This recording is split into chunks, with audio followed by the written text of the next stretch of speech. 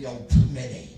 Inkinga kaHana into eyenza angaphelelwa umthandazo noma engaphenduli ukuthi wayekholwa uNkulunkulu. Ukukholwa uNkulunkulu kwakwenza umthandazo ungapheli uqhubeke ube khona. Ngoba umuntu okholwa uNkulunkulu angakholwa abaprofethi uthandaza kakhulu kodwa inkinga zinyamalala. uHana wayethandaza njalo kodwa inkinga zangaphela. Jesus. Angiphinde futhi. Umuntu okholwa uNkulunkulu angakholwa umprofeti uthandaza kakhulu kodwa inkinga zakhe azipheli. uHana wawungapheli umthandazo ngoba kholwani uNkulunkulu you shall be established. uHana waye strong with prayer. Kodwa inkinga uthandaza imithandazo ayiphenduli imithandazo. Kodwa umthandazo awupheli ke ngoba uyakholwa uNkulunkulu ustrong. Vutha limi fasting and prayer emthandazweni khuleka zagcina kodwa nayi inkinga uHana impendulo ayikho ngoba ukholwa uNkulunkulu. Bese ke kuba nokuphi okwafuna uHana awenze naba prophethi bakhe bese niyaphumelela. Abantu bakaShembe abakholwa uNkulunkulu ingakho ngeke bezwe bakhuluma izilimi singabhejimana. Angeke bezwe futhi abantu bakalihanyana bekhuluma izilimi singabhejimana. Hayi ngoba bengakho ingoba abakholwa uNkulunkulu, they are not strong in the Lord. So njengoba bengasikhulumi izilimi kodwa le kaBhi yokuphumelela baphumelela ngoba babambe leyo ukukholwa abaprofeti. Umuntu akaShembe noma ngayi-CEO angeke umuze question ukuthi icathulo sikhululelwana ekhaya ngoba ukholelwa yizwi lonyazi lomdala ufika nempandla emphambi etholethu uyazi uhamba ngefortune when strong in the Lord get uhamba ngeenyawo ngoba awubakakholwa umprofeti wakho. Bona into enza baphumelele bayakholwa abaprofeti ukuba imeneja kusala ngaphandle kwamatshamhlophe angene sephethe isiqephu enamamiliyoni egelele hlala phansi ngoba akholelwa nazo emprofeti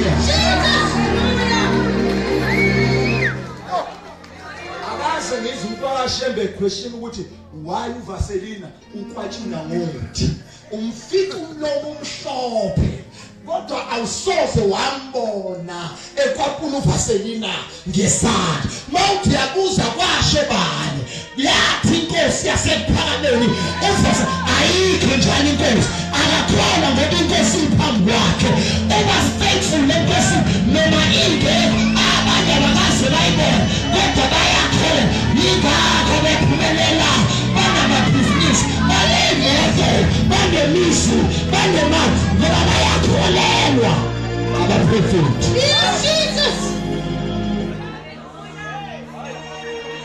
Moses okwabasindisiwe ayavutha kodwa bayahlupheka ngoba abakholwa abaprofeti baze besho bethi asizanga kumuntu size kuNkulunkulu. Umbuzo uNkulunkulu akekho yini kwakho? Why ungahlalanga kwakho uma ungazanga kumuntu? La uze kumuntu. Jesus. Jesus. Jesus.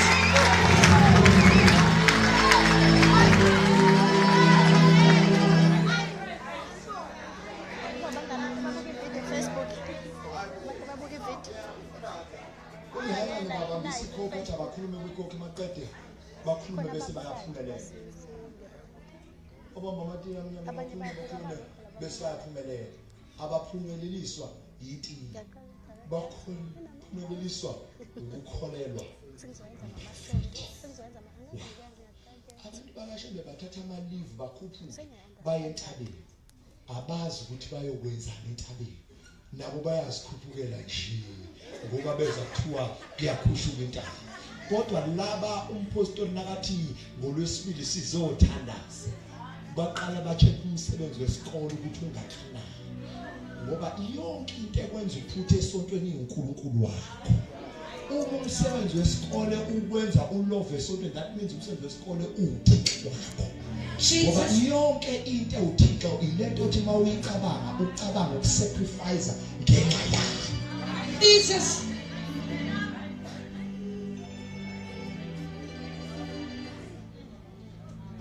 Akatakata. anga uNkulunkulu ubonakala ngefu uthi Mose ngizawukhuluma efwini ukuze labantu bakholwe wena. Awukwazi ukukholwa uNkulunkulu ungakakholwa umuntu uNkulunkulu amesephambi kwakho. Qala ngokukholwa la. Awukwazi ukukholelwa kakhulu uNkulunkulu bese ukholelwa kancane la. Ngoba izinto zakhe ayisekho ezulwini sezafakwa kulo muntu. Kahle kahle mawubona umuntu kaNkulunkulu ubona isitorium sasezulwini. Basalwana yingakho uJesu wayethi edlula ezwakala ememeza athi Jesu ndodana kaDavid omuntu athi ngihawuke umbuza akekho yini uNkulunkulu ngaleso sikhathi. uNkulunkulu khona kodwa uyazi ukuthi uNkulunkulu uhamba ngecontainer ebizwa ngomuntu. Mangibambele container amehlo ami azovuleka. Bese uJesu makube njengokukholwa kwakho. Akasho ukuthi njengokukholelwa kwakho kuNkulunkulu, njengokukholelwa kwakho kimi njengomprofeti wakho. uNkulunkulu uthi ke ngizabenza bakholelwe kuwena Moses. Ingakho mhlabonile uNkulunkulu uthi labantu bakho Moses. uNkulunkulu akaphikiswa kodwa khona ikhathi la obuzwa khona uMoses athi uNkulunkulu awukwazi ukwenza ukuthi kulabantu la. Jesus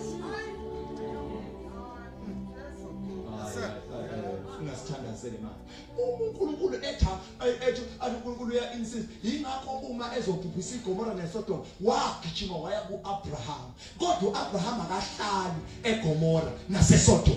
uNkulunkulu umtshelelana uAbraham ungelaphi uAbraham yingoba kukhona ama-sons kaAbraham abizwa ngoLoti. So uNkulunkulu awukwazi ukubhubhisa indawo enobuhlobo bukaAbraham. Uyazi ukuthi lo muntu kaNkulunkulu mawukholwa uyena ukwazi umnqanda ukufa kuyongena kwakho.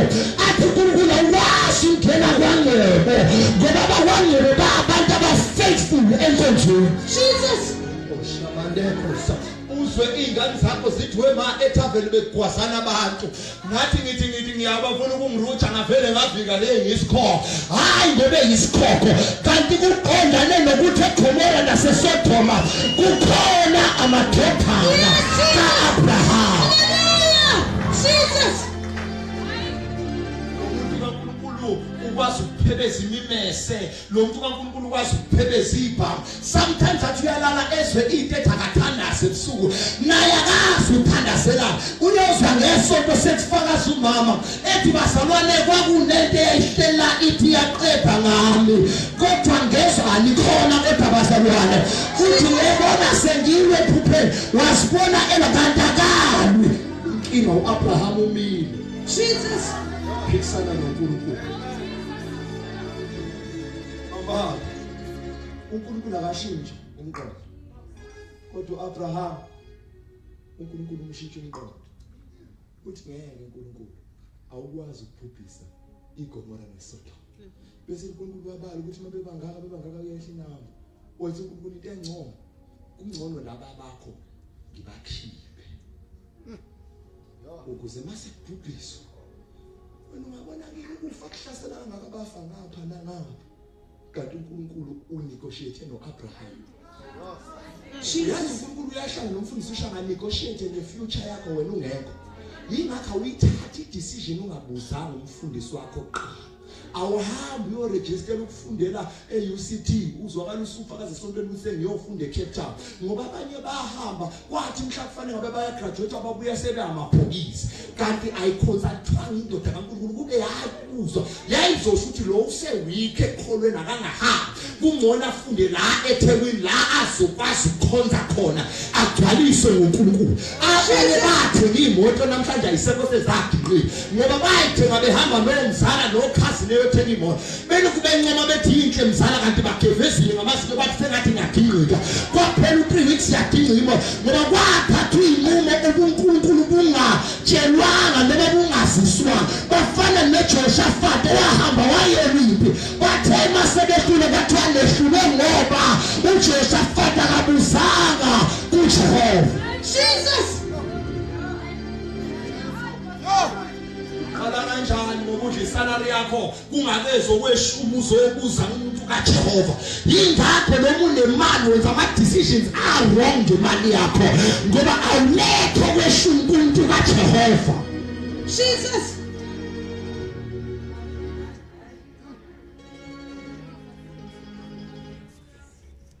uJehova engayakhi indlu nabayakhayo bayakhela ize.